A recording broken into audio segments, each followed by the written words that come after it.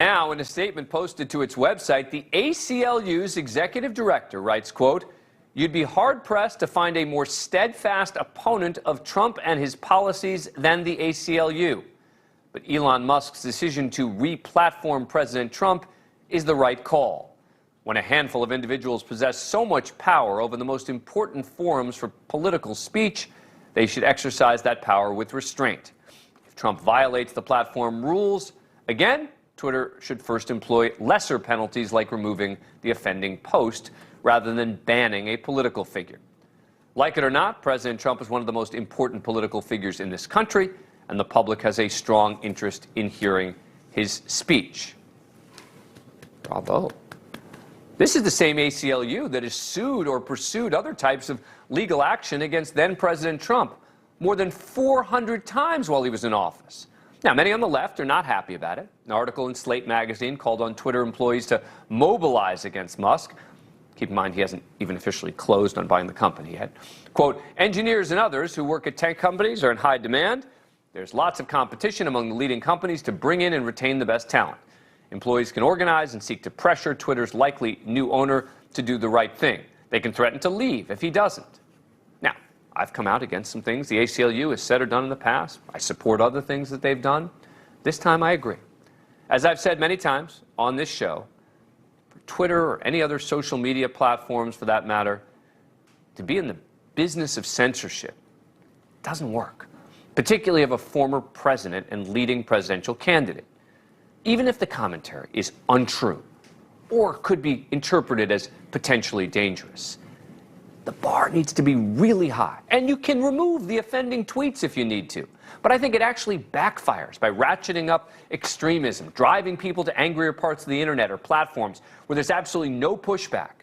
It creates silos or echo chambers where there are no dissenting voices at all, rather than enabling constructive dialogue.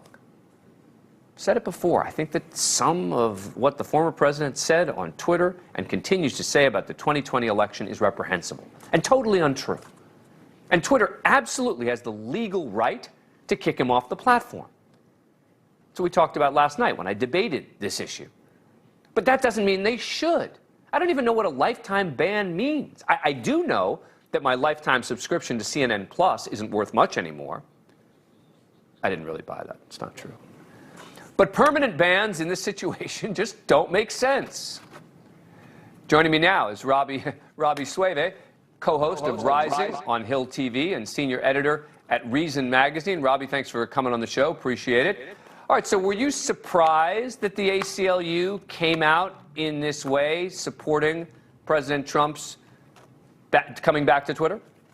Well, I was delighted that they took this position. I'll say I'm a little surprised only because I think I perceived that the ACLU's commitment to free speech and to defending the rights of people who they otherwise don't like has gotten maybe a little bit weaker over the years. Now, historically, this organization, which I have supported historically, took a really bold stances in favor of the right to share unpopular speech. They famously defended even, Nazis marching in the public square, the rights of people as abhorrent as the Westboro Baptist Church, picking military servicemen's funerals, saying awful things. We do not have to agree with the speaker. We can, in fact, condemn the speaker while still recognizing the right and the obligation on a free society to allow that kind of speech.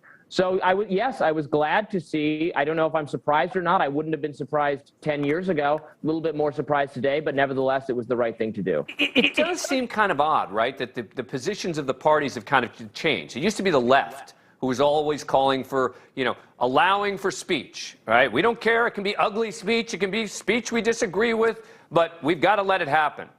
And now it's the right who's saying that more of the time, and it's the left very often, for example, on college campuses and elsewhere, saying, hey, we don't want this kind of speech. It's bad. It's scary. It's dangerous. Yeah, many progressive activists and sort of some liberal commentators I would put in the mainstream media, academics, a lot of people who are broadly part of the Team Blue Democratic coalition have gotten really hostile to free speech. They sneer at the concept. They say that it allows for harassment and disinformation and all those other things.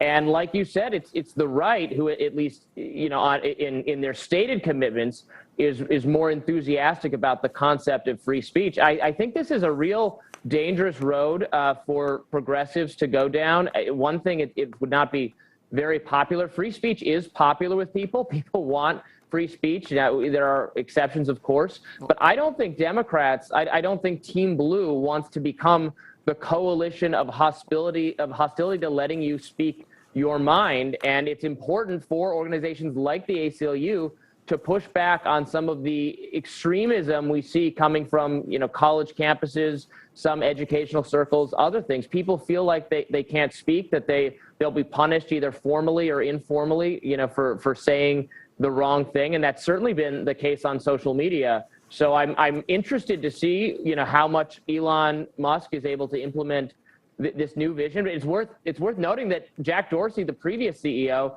agrees with the decision to bring back Donald Trump. He says that the permanent ban was not a good policy.